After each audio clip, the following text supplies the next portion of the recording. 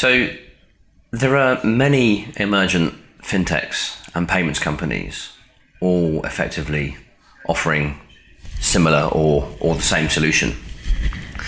And in order to win in that scenario, you have to really, really resonate with the customer, really put yourself in their shoes and understand the problem that you're trying to address for them. In parallel to this, you've got some real industry challenges, the costs associated with compliance and KYC and AML and transaction monitoring, which are extremely important in international payments. There are specific transaction lifecycle elements that you need to manage in the workflow, and these are complexities that are only going to become more prevalent and increasingly onerous on the provider of that service. And the challenge is that you need to mask that complexity from the customer. You need to keep it very, very simple and easy for the customer to relate to the service. And it needs to sit in the background effectively.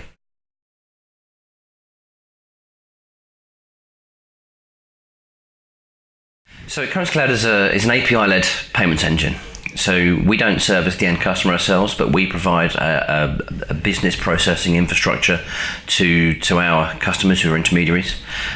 We handle the complex payment processing, so they don't have to. And what this means is our customers, who are typically banks, brokers, payments companies, other fintechs, e-commerce organizations, leaves them free to focus on one, customer acquisition, but two, building out a rich and useful customer experience, focusing on that engagement and application layer, or even putting the underlying workflow hidden away in the background.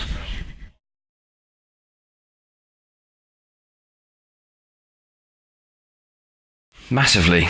The proliferation of APIs is making it easier than ever for companies like Currencycloud to make payments easier, cheaper, faster, more transparent, and focus on the customer engagement layer.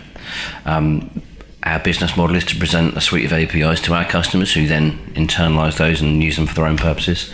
But we also have internal facing APIs and APIs that we connect with suppliers to us.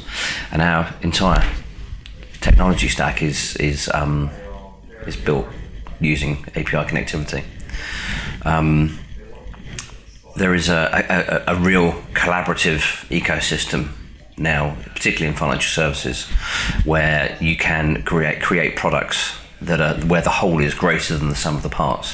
For example, if you look at a product like Uber is effectively a collection of smart APIs. So you've got Amazon's database for everything to run on.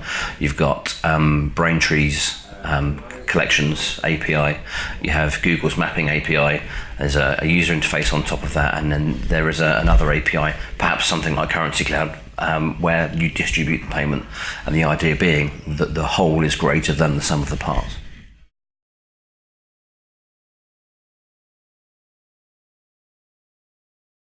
Essentially, PSD2 forces pricing transparency, and more importantly, it forces banks to collaborate with other banks and fintechs.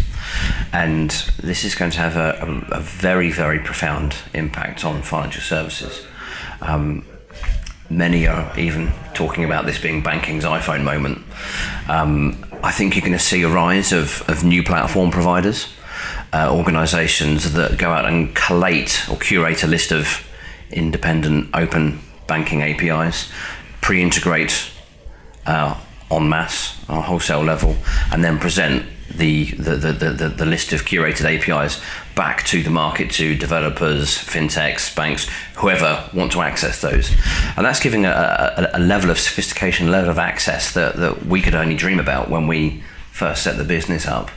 APIs weren't that prevalent, but I think you're going to see massive changes and some fundamental changes to some economic models and business models.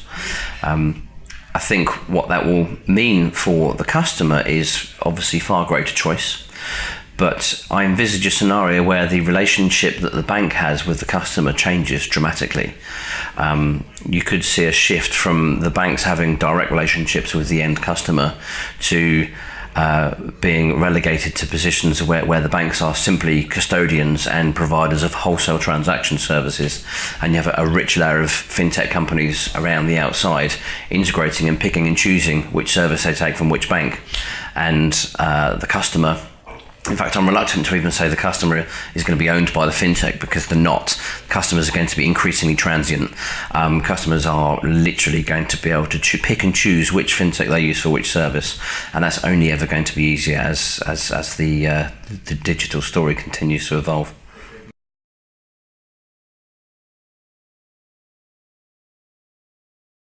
Completed our Series D towards the end of last year, which we announced at the beginning of this year, and most notably Google Ventures invested. What that's enabled us to do is just to continue to execute on our strategy. Aside from the usual things you'd expect from a fintech such as ourselves, resilience, reliability, scalability, we're working on some exciting new features which is going to help us expand our offering to our existing customers, help us go into new markets. But on top of that, we've got some geographic expansion plans. North America is a huge market for us, and we need to continue our American expansion, continue our American story. It's a very, very difficult market, very challenging market, but we feel we have a strategy to win there. And then on top of that, we're beginning to look at our Asia story. The Asia Pac market, again, from a strategic point of view, is critical for any payments company. But it's increasingly challenging. It's probably a more challenging market than even America, actually, because it's incredibly fragmented. You've got a plethora of countries, cultures, languages to navigate, and regulatory environments. But because it's such a challenge, that's where the opportunity is, and we like challenges.